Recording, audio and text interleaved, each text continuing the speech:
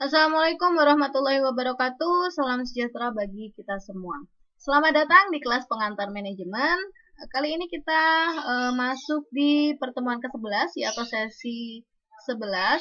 Nah, di sini kita akan membahas mengenai tanggung jawab sosial ya atau corporate social responsibility atau kita kenal CSR ya, sering nyebutnya ya CSR.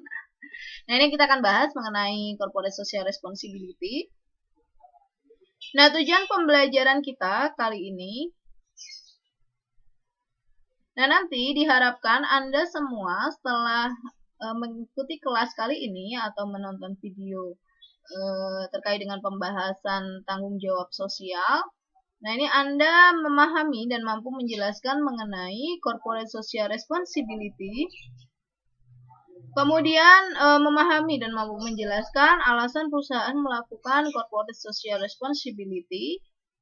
Kemudian yang ketiga, memahami dan mampu menjelaskan kepada siapa perusahaan melakukan CSR ya atau corporate social responsibility atau tanggung jawab sosial.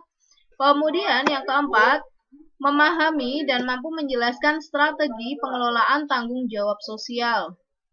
Kemudian memahami dan mampu menjelaskan manfaat tanggung jawab sosial. Nah, selanjutnya kita masuk ke definisi tanggung jawab sosial perusahaan atau corporate social responsibility. Nah, CSR atau corporate social responsibility merupakan suatu konsep bahwa organisasi, khususnya perusahaan, memiliki berbagai bentuk tanggung jawab terhadap seluruh pemangku kepentingan yang diantaranya adalah konsumen, karyawan, pemegang saham, komunitas, dan lingkungan. Nah, dalam segala aspek operasional perusahaan yang mencakup aspek ekonomi, sosial, dan lingkungan. Nah, regulasi terkait dengan corporate social responsibility diantaranya sudah banyak ya peraturan-peraturan atau undang-undang yang mengatur mengenai corporate social responsibility. Nah, ini dua diantaranya ya. Yang pertama adalah Undang-Undang Nomor 40 Tahun 2007 tentang perseroan terbatas yang membahas mengenai konsep CSR yang terdapat dalam Undang-Undang PT.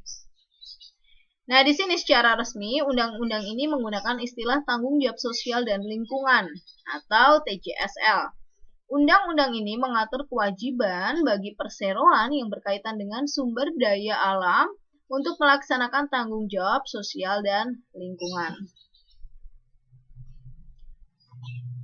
Selanjutnya, Peraturan Pemerintah Nomor 47 Tahun 2012 tentang tanggung jawab sosial dan lingkungan perseroan terbatas. Tanggung jawab sosial dan lingkungan dilaksanakan oleh direksi berdasarkan rencana kerja tahunan perseroan setelah mendapatkan persetujuan dari Dewan Komisaris atau RUPS sesuai dengan anggaran dasar perseroan, kecuali ditentukan lain dalam peraturan perundang-undangan. Nah, ini merupakan dua dari beberapa regulasi atau peraturan atau undang-undang terkait dengan corporate social responsibility. Nah, corporate social responsibility atau CSR, nah ini harus berkaitan dengan pembangunan berkelanjutan ya, atau berkaitan dengan pembangunan berkelanjutan. Di mana dalam melaksanakan aktivitasnya, organisasi harus mendasarkan segala keputusan tidak semata-mata dampaknya hanya pada aspek ekonomi saja. Ya, misalnya terkait dengan keuntungan atau dividen saja. Ya, tetapi juga harus menimbang dampak sosial dan lingkungan yang timbul dari keputusan tersebut, baik jangka pendek maupun jangka panjang. Ya, jadi ketika perusahaan mengambil suatu keputusan, ya itu tidak hanya melihat dari satu aspek saja, ya yang umum adalah aspek ekonomi, ya melihat keuntungan yang akan diperoleh dari keputusan tersebut itu apa, ya. Tapi juga harus memperhatikan aspek lainnya, ya seperti aspek sosial dan aspek lingkungan. Apa yang akan ditimbulkan, dampak apa yang akan ditimbulkan ketika keputusan tersebut diambil. Ya, nah itu harus diperhatikan baik untuk jangka pendek maupun jangka panjang. CSR merupakan kontribusi perusahaan terhadap tujuan pembangunan berkelanjutan dengan cara melakukan manajemen dampak, ya atau risk management. meminimalisir dampak negatif dan memaksimalisasi dampak positif. Kita lanjutkan lagi ke program Corporate Social Responsibility. Nah, ini ada dua contoh ya program Corporate Social Responsibility. Ini saya ambil untuk program CSR di masa pandemi ya sekarang ini ya. Sebenarnya banyak sekali untuk program Corporate Social Responsibility. Ini dua di antaranya. Ini terkait dengan kondisi saat ini ya, kondisi pandemi COVID. Nah, yang pertama ada program CSR dari Telkomsel. Nah, di sini Telkomsel melakukan CSR di sektor kesehatan ya, salah satunya yaitu dengan memberikan dan menyediakan ratusan ribu unit alat medis seperti ventilator, alat pelindung diri atau APD, kemudian termogan dan masker bagi rumah sakit penanganan COVID-19 di seluruh Indonesia. Nah, selain di sektor kesehatan, ya Telkomsel juga melakukan CSR di sektor pendidikan, ya di mana Telkomsel berinisiatif menghadirkan paket data khusus sebagai apresiasi bagi sekitar 10.000 tenaga medis dan relawan yang telah mengawal garis pertahanan terakhir penanganan COVID ya. Oh, ini masih di sektor pendidikan ya. Di sektor pendidikan pun Telkomsel juga melakukan CSR ya.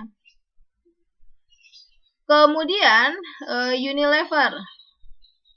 Nah, ini Unilever mengadakan program PHBS atau perilaku hidup bersih dan sehat dengan mendistribusikan 1,3 juta produk gratis di 3 provinsi terdampak COVID. Kemudian Unilever menyalurkan bantuan senilai 50 miliar untuk menanggulangi COVID.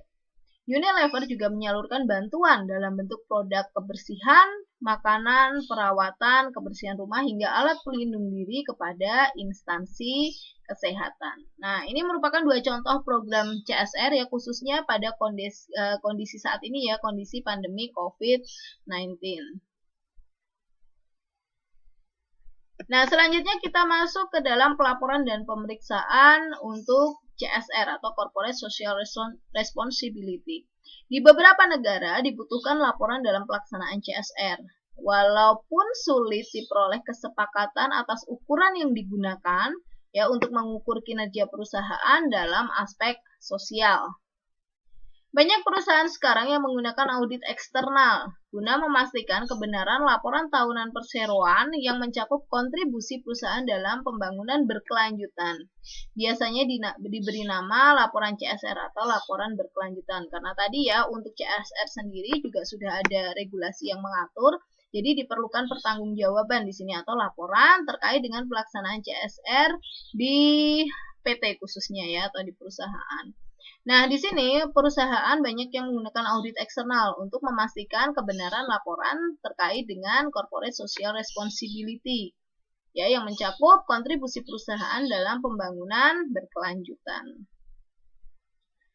Semakin berkembangnya konsep CSR dan metode verifikasi laporan, kecenderungan yang sekarang terjadi adalah peningkatan kebenaran isi laporan. Bagaimanapun, laporan CSR atau laporan keberlanjutan merupakan upaya untuk meningkatkan akuntabilitas perusahaan di mata para pemangku kepentingan. Selanjutnya kita masuk ke bahasan mengenai alasan perusahaan melakukan CSR. Jadi apa sih alasan perusahaan melakukan CSR? Ya istilahnya mengeluarkan dana segitu besar yang tidak menguntungkan. Nah, ini alasannya apa saja?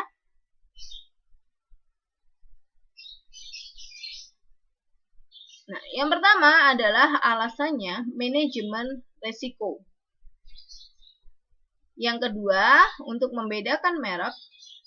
Dan yang ketiga, terkait dengan izin usaha. Ya, jadi meskipun tidak menguntungkan secara finansial atau ekonomi, tapi untuk pelaksanaan CSR ini memberikan manfaat di faktor yang lainnya, ya. Faktor-faktor inilah yang kemudian menjadi alasan mengapa perusahaan melakukan CSR. Nah, ini kita akan bahas. Yang pertama adalah manajemen risiko. Reputasi yang dibentuk dengan susah payah selama bertahun-tahun dapat musnah dalam sekejap melalui insiden seperti skandal korupsi atau tuduhan melakukan perusakan lingkungan hidup. Membentuk suatu budaya kerja yang mengerjakan sesuatu dengan benar, baik itu terkait dengan aspek tata kelola perusahaan, sosial, maupun lingkungan yang semuanya merupakan komponen dari CSR. Pada perusahaan dapat mengurangi risiko hal-hal negatif tersebut. Ya, jadi dengan pelaksanaan CSR ini dapat meminimalisir risiko terjadinya hal-hal negatif, ya, seperti anggapan-anggapan bahwa perusahaan misalnya melakukan perusakan lingkungan hidup, ya. Nah, tidak peduli dengan isu-isu sosial atau isu-isu kemanusiaan, ya, atau isu-isu kesehatan. Nah, dengan adanya CSR di sini akan istilahnya memberikan pandangan positif, ya, terhadap perusahaan. Selanjutnya adalah membedakan merek.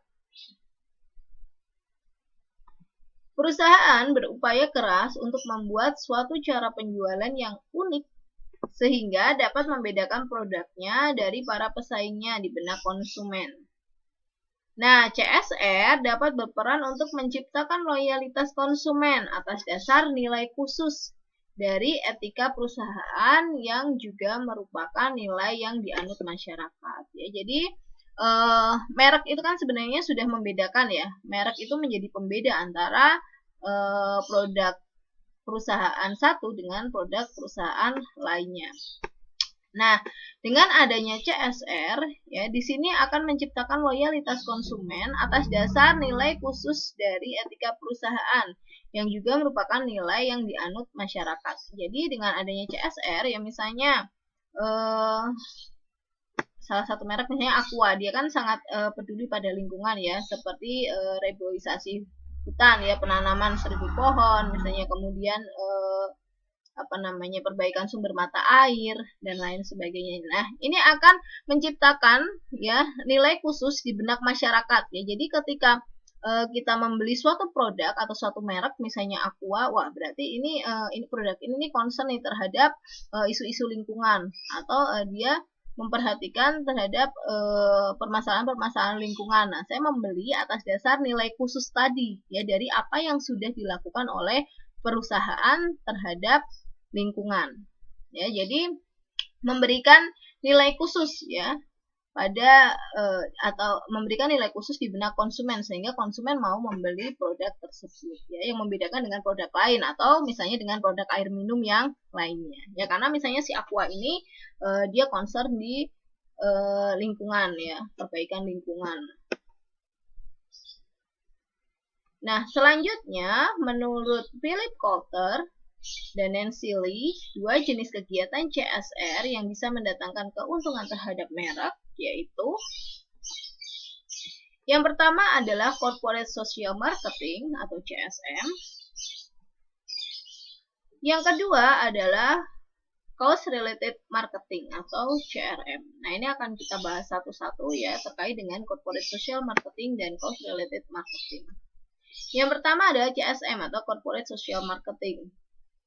Perusahaan, ya, pada CSM ini perusahaan akan memilih satu atau beberapa isu biasanya terkait dengan produknya yang bisa disokong penyebar luasannya di masyarakat, misalnya melalui media campaign, ya, atau kampanye. Dengan terus-menerus mendukung isu tersebut, maka lama-kelamaan konsumen akan mengenali perusahaan tersebut sebagai perusahaan yang memiliki kepedulian pada isu tersebut. Segmen tertentu dari masyarakat kemudian akan melakukan pembelian produk perusahaan itu dengan pertimbangan kesamaan perhatian atas isu, ya. Jadi dengan corporate social marketing di sini perusahaan memilih satu isu atau beberapa isu, ya. Nah, dengan melakukan campaign atau kampanye terhadap isu-isu tersebut, nah, di sini ada segmen-segmen masyarakat tertentu yang kemudian akan membeli produk tersebut atau merek tersebut karena adanya kesamaan perhatian terhadap isu tersebut, ya. Misalnya tadi saya contohkan Aqua, dia concern ke lingkungan. Nah, masyarakat, ya, yang memiliki perhatian yang sama terhadap lingkungan itu pasti akan mengarah pada pembelian produk Aqua. Karena apa? Karena adanya kesamaan isu yang diperhatikan. Ya.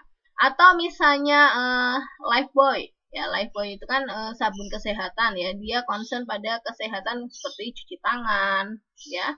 Nah, itu masyarakat ya yang memiliki persepsi yang sama atau perhatian yang sama terhadap isu kesehatan. Nah, itu pasti atau mengarahnya ya ketika membeli sabun adalah membeli Lifebuoy ya, karena sabun ini memiliki perhatian khusus nih atau memperhatikan isu-isu terkait dengan kesehatan. Jadi untuk CSM di sini perusahaan memilih satu isu atau beberapa isu yang kemudian di-campaign ya ke masyarakat. Nah, contohnya di sini ada McDonald ya, melalui Yayasan Ronald McDonald House Charities mengadakan program imunisasi dan pemantauan gizi untuk anak-anak, juga pemeriksaan mata di berbagai daerah. Nah, ini ya, jadi untuk McDonald sendiri dia fokus pada isu kesehatan ya, khususnya anak-anak. Nah, maka di sini ketika dia concern di sini, dia campaign tentang anak-anak, tentang kesehatan anak-anak, tentang pemantauan gizi anak-anak, nah kemudian juga pemeriksaan mata. Nah, ini orang-orang yang memiliki persamaan persepsi ya atau persamaan perhatian terhadap isu kesehatan anak, khususnya anak-anak. Nah, ini akan membeli produk ini atau produk McDonald ini. Kenapa? Kita punya samaan nih, kita concern di isu kesehatan khususnya untuk anak-anak. Selanjutnya kita masuk ke CRM atau Cause Related Marketing. CRM bersifat lebih langsung. Perusahaan menyatakan akan menyumbangkan sejumlah dana tertentu untuk membantu memecahkan masalah sosial atau lingkungan dengan mengaitkan hasil penjualan produk tertentu atau keuntungan yang mereka peroleh. Biasanya berupa pernyataan rupiah per produk terjual atau promosi tertentu dari penjualan atau keuntungan. Dengan demikian, segmen konsumen yang ingin menyumbang bagi pemecahan masalah sosial dan atau lingkungan tergerak untuk membeli produk tersebut. Mereka merasa bisa berbelanja sekaligus menyumbang. Nah, berbeda dengan yang social marketing tadi ya.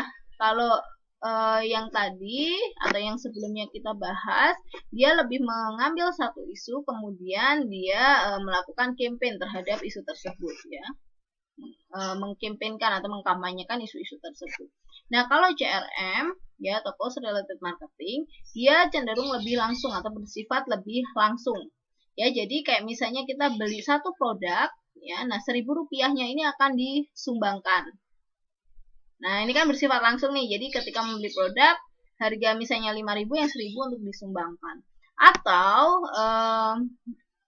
pernyataan ya, hasil penjualan akan disumbangkan ya, misalnya 10% hasil penjualan akan disumbangkan misalnya kepada korban bencana atau kepada anak-anak di daerah pedalaman ya, dan lain sebagainya.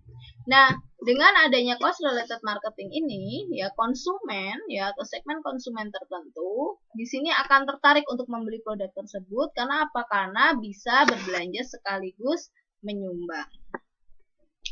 Contohnya di sini Blue Band, Hypermart, dan Foodmart, mereka bekerja sama untuk membantu meningkatkan gizi anak NTT dan NTB dengan mekanisme setiap pembelian Blue Band disisihkan sebesar Rp1.000. Ya, jadi ini program antara Blue Band, Hypermart, dan Foodmart. Jadi ketika kita membeli Blue Band di Hypermart atau Foodmart, ya. Nah, ini Rp1.000-nya akan disumbangkan untuk meningkatkan gizi anak di NTT dan NTB. Ya, ini jadi bersifat langsung dipotong Rp1.000 untuk disumbangkan. Atau ada beberapa perusahaan yang misalnya keuntungan penjualan di hari Jumat, nah ini akan disumbangkan. Nah, ini akan menarik minat konsumen ya yang memiliki kesamaan persepsi atau pandangan ya, di mana ketika mereka berbelanja ya, mereka akan dapat sekaligus menyumbang. Perusahaan yang bisa mengkampanyekan CSM dan CRM-nya dengan baik akan mendapati produknya lebih banyak dibeli orang. Selain juga mendapatkan citra sebagai perusahaan peduli pada isu tertentu. Nah, ini ya keunggulan dari perusahaan yang mengimplementasikan CSM atau CRM, ya, akan mendapati produknya atau penjualannya meningkat. Ya, selain itu juga akan memperoleh citra baik dari masyarakat ya karena memperhatikan isu-isu tertentu. Selanjutnya, alasan yang ketiga atau yang terakhir adalah terkait dengan izin usaha. Nah, perusahaan selalu berupaya agar menghindari gangguan dalam usahanya terkait dengan perpajakan dan peraturan. Dengan melakukan sesuatu kebenaran secara sukarela, maka mereka akan dapat meyakinkan pemerintah dan masyarakat luas bahwa mereka sangat serius dalam memperhatikan masalah kesehatan dan keselamatan, diskriminasi atau lingkungan hidup. Maka dengan demikian mereka dapat menghindari intervensi. Nah, ini ya, jadi alasan yang ketiga adalah untuk mempermudah ya pengajuan izin-izin usaha. Selanjutnya, kepada siapa organisasi bertanggung jawab sosial? Yang pertama adalah kepada pemegang saham atau shareholder. Pandangan tentang tanggung jawab sosial yang menyebutkan bahwa sasaran organisasi yang utama adalah memaksimalkan keuntungan bagi manfaat para pemegang saham. Lebih spesifik lagi, apabila keuntungan meningkat, maka nilai saham perusahaan yang dimiliki oleh pemegang saham juga akan meningkat. Yang pertama. Yang kedua, nah ini ya. Yang kedua adalah kepada pihak yang berkepentingan atau stakeholder. Teori tentang tanggung jawab sosial perusahaan yang mengatakan bahwa tanggung jawab manajemen yang terpenting adalah kelangsungan hidup jangka panjang, ya, bukan hanya memaksimalkan laba, yang dapat dicapai dengan memuaskan keinginan berbagai pihak dan berkepentingan terhadap perusahaan. Nah, jadi kalau untuk yang pertama, ya, tanggung jawab sosial hanya kepada pemegang saham, tapi lebih dari itu, ya, CSR atau tanggung jawab sosial itu ditujukan kepada pihak yang berkepentingan terhadap organisasi atau perusahaan atau stakeholder. Ya, karena dengan melakukan tanggung jawab kepada stakeholder ini akan menjamin kelangsungan hidup jangka panjang organisasi. Ya, karena apa? Karena organisasi mampu memuaskan keinginan berbagai pihak yang berkepentingan terhadap perusahaan tersebut. Selanjutnya untuk stakeholder itu dibagi menjadi dua, stakeholder primer dan sekunder. Untuk stakeholder primer adalah karyawan, pelanggan, pemasok, pemerintah, dan masyarakat di mana organisasi bergantung untuk kelanjutan hidup jangka panjang. Nah, ini ada case ya yang terkait dengan kenapa sih organisasi perlu bertanggung jawab kepada stakeholder, nah khususnya stakeholder primer. Di sini ada case atau kasus terkait dengan Kmart ya atau Kmart. Nah, ini Kmart ini semacam apa ya? Minimarket ya. Jadi kayak Indomaret gitu ya, kayak Indomaret. Nah, saat itu Kmart menghadapi masalah keuangan ya. Ia terlambat melakukan pembayaran kepada 3 pemasok utamanya. Para pemasok ini memperingatkan Kmart bahwa mereka tidak akan mengirim lagi produk ke toko-toko Kmart, kecuali jika dibayar tunai sebelum atau pada saat pengiriman. Bahayanya bagi Kmart adalah apabila masalah ini menyebar kepada kelompok stakeholder lainnya, ketika mendengar bahwa Kmart tidak dapat melunasi pemasok, maka pemasok Kmart yang lain juga menginginkan pembayaran tunai sebelum pengiriman. Sehingga semakin sedikit barang yang dikirim ke toko yang menyebabkan pelanggan mungkin berhenti berbelanja di Kmart karena tidak dapat memperoleh barang yang mereka butuhkan. Selanjutnya, hal ini dapat mengganggu usaha jangka panjang Kmart. Nah, jadi perlu diperhatikan juga ya untuk stakeholder ya, selain shareholder atau pemegang saham. Karena salah satunya ini di case-nya Kmart dampaknya sangat luar biasa ya bagi perusahaan. Selanjutnya, strategi pengelolaan tanggung jawab sosial. Nah, ini yang pertama ada strategi reaktif.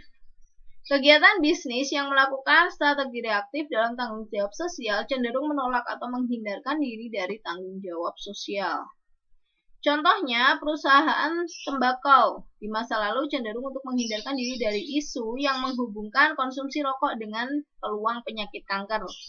Akan tetapi, karena adanya peraturan pemerintah untuk mencantumkan bahaya rokok setiap iklan, maka hal tersebut dilakukan oleh perusahaan rokok. Jadi, sebelum ada ketentuan atau peraturan pemerintah harus mencantumkan bahaya merokok, ya, sebelum-sebelumnya itu perusahaan rokok menolak ya untuk mengaitkan antara konsumsi tembakau dengan kesehatan atau khususnya penyakit kanker. Kalau dulu kan di bungkus rokok nggak ada tuh, atau di ikan-ikan nggak ada tuh keterangan bahwa rokok dapat menyebabkan kanker dan penyakit lainnya. Nah, karena ada peraturan dari pemerintah, makanya sekarang untuk iklan rokok atau bungkus rokok itu ada keterangan bahwa akan menyebabkan beberapa penyakit. Selanjutnya ada strategi defensif. Strategi defensif dalam tanggung jawab sosial yang dilakukan oleh perusahaan terkait dengan penggunaan pendekatan legal atau jalur hukum untuk menghindarkan diri atau menolak tanggung jawab sosial. Nah, ini sudah menggunakan jalur hukum di sini.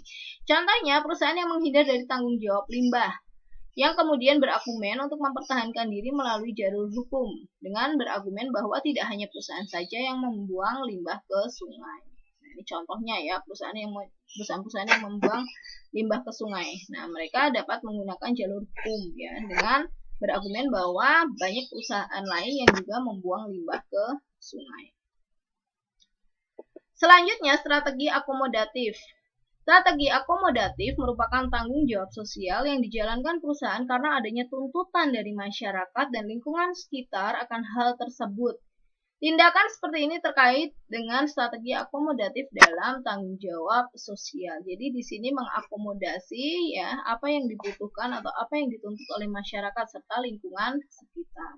Contohnya, perusahaan besar pada era Orde Baru dituntut untuk memberikan pinjaman kredit lunak kepada para pengusaha kecil, bukan disebabkan karena adanya kesadaran perusahaan, ya, tapi karena adanya tuntutan. Ya, adanya tuntutan dari pemerintah ya untuk lebih memperhatikan pengusaha kecil. Selanjutnya, strategi proaktif. Nah, di sini perusahaan memandang bahwa tanggung jawab sosial adalah bagian dari tanggung jawab yang memuaskan stakeholder. Jika stakeholder terpuaskan, ya, maka citra positif terhadap perusahaan akan terbangun.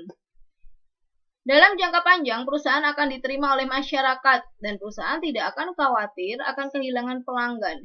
Justru akan berpotensi untuk menambah jumlah pelanggan akibat citra positif yang disandangnya. Nah, langkah yang dapat diambil oleh perusahaan adalah dengan mengambil inisiatif dalam tanggung jawab sosial. Nah, ini ada kesadaran ya dari pihak perusahaan ya untuk melakukan CSR. Ya, untuk memuaskan stakeholder melalui program CSR ya, karena dengan adanya CSR di sini akan meningkatkan citra positif perusahaan ya. Dampak jangka panjangnya adalah berkaitan dengan hasil yang akan diperoleh oleh perusahaan. Contohnya di sini perusahaan membuat khusus kegiatan penanganan limbah dan terlibat dalam setiap kegiatan sosial lingkungan masyarakat, atau dengan memberikan pelatihan terhadap masyarakat di sekitar lingkungan perusahaan.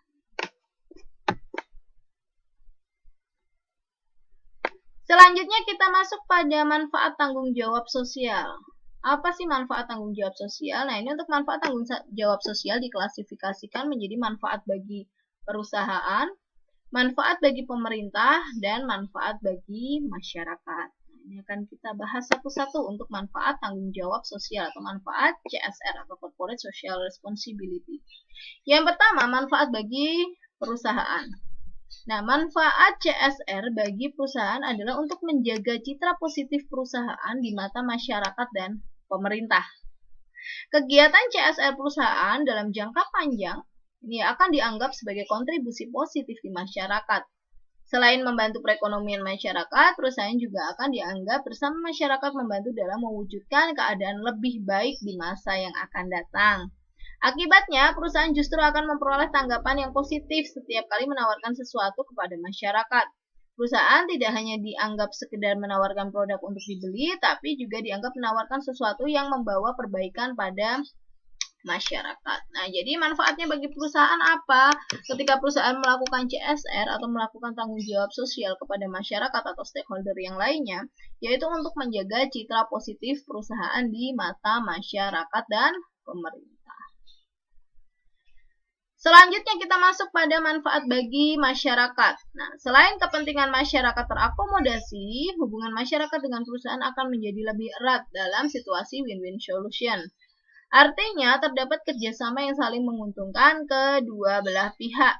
Ya, hubungan bisnis tidak lagi dipahami sebagai hubungan antara pihak yang mengeksploitasi dan pihak yang tereksploitasi, tapi hubungan kemitraan dalam membangun masyarakat lingkungan menjadi lebih baik, tidak hanya di sektor perekonomian, tapi juga di sektor sosial, pembangunan, dan lain-lain.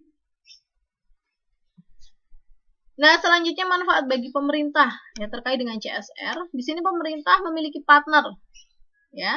Jadi perusahaan akan menjadi partner pemerintah dalam menjalankan misi sosial dalam hal tanggung jawab sosial. Pemerintah pada akhirnya tidak hanya berfungsi sebagai wasit yang menetapkan aturan main dalam hubungan masyarakat dengan bisnis dan memberikan sanksi bagi pihak yang melanggarnya. Ya, pemerintah sebagai pihak yang mendapatkan legitimasi untuk mengubah tatanan masyarakat agar ke arah yang lebih baik akan mendapatkan partner dalam mewujudkan tatanan masyarakat tersebut. Ya, jadi sebagian tugas pemerintah dapat dilaksanakan oleh perusahaan atau organisasi bisnis. Nah, jadi manfaatnya bagi pemerintah adalah manfaat pemerintah akan memiliki partner. Ya, partner untuk mengubah tatanan masyarakat ke arah yang lebih baik. Baik, demikian untuk pemaparan materi terkait dengan tanggung jawab sosial. Selanjutnya kita masuk ke tugas untuk sesi 11 atau terkait dengan CSR.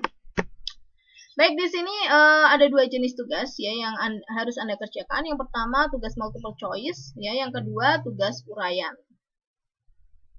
Untuk tugas multiple choice ya di sini ada 5 soal. Masing-masing soal sudah disediakan 4 jawaban. Nah, silahkan Anda pilih jawaban yang menurut Anda paling benar. Baik, untuk yang pertama, CSR digunakan untuk membentuk suatu atmosfer kerja yang nyaman di antara para staf, terutama apabila dilibatkan dalam kegiatan yang dipercayai bisa mendatangkan manfaat bagi masyarakat. Merupakan alasan melakukan CSR berdasarkan berdasarkan SCM, membedakan merek, manajemen risiko atau izin usaha. Selanjutnya, yang kedua, perusahaan memilih satu atau beberapa isu yang biasanya terkait dengan produknya yang bisa disokong penyebar luasannya di masyarakat, merupakan kegiatan A. Corporate Social Marketing, B. Cause Related Marketing, C. Defensive Strategy, D. Reactive Strategy. Kemudian yang ketiga, tanggung jawab sosial perusahaan yang mengatakan bahwa tanggung jawab manajemen yang terpenting adalah kelangsungan hidup jangka panjang, bukan hanya memaksimalkan laba. Dicapai dengan memuaskan keinginan berbagai pihak yang berkepentingan terhadap perusahaan merupakan tanggung jawab kepada A. Shareholder, B. Organisasi, C. Stakeholder, D. Pemegang saham. Yang keempat, perusahaan memandang bahwa tanggung jawab sosial adalah bagian dari tanggung jawab untuk memuaskan stakeholder. Merupakan strategi tanggung jawab sosial A. Reaktif, B. Defensif, C. Akomodatif, D. Proaktif. Selanjutnya yang kelima, menjaga citra perusahaan di mata masyarakat dan pemerintah merupakan manfaat tanggung jawab sosial bagi A. Stakeholder, B. Pemerintah, C. Masyarakat, D. Perusahaan. Selanjutnya, tugas uraian di sini ada 5 soal. Yang pertama, mengapa CSR penting bagi perusahaan? Yang kedua, apa manfaat CSR bagi perusahaan dan bagi masyarakat di sekitar perusahaan? Kemudian yang ketiga, bagaimana CSM dan CRM mampu meningkatkan citra positif perusahaan dan minat konsumen terhadap suatu produk. Yang keempat, teori tentang tanggung jawab sosial perusahaan mengatakan bahwa tanggung jawab manajemen yang terpenting adalah kelangsungan hidup jangka panjang yang dapat dicapai dengan memuaskan keinginan para stakeholder. Nah, jelaskan teori tersebut. Kemudian yang kelima, beri contoh pelaksanaan CSR pada perusahaan yang ada di Indonesia dan analisis strategi pengelolaan CSR apa yang diterapkan. Nah, silakan untuk tugasnya ya Anda kerjakan dalam format Word atau PDF.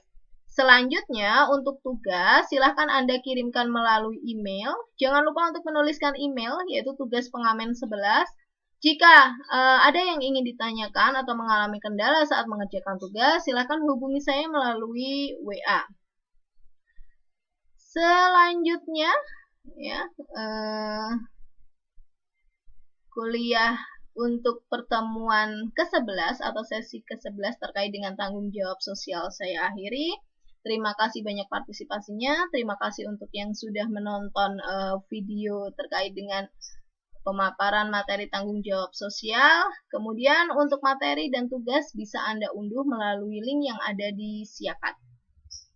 Ya.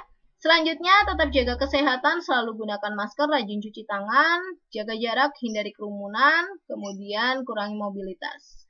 Baik, kuliah pada kali ini saya akhiri. Terima kasih banyak partisipasinya. Wassalamualaikum warahmatullahi wabarakatuh.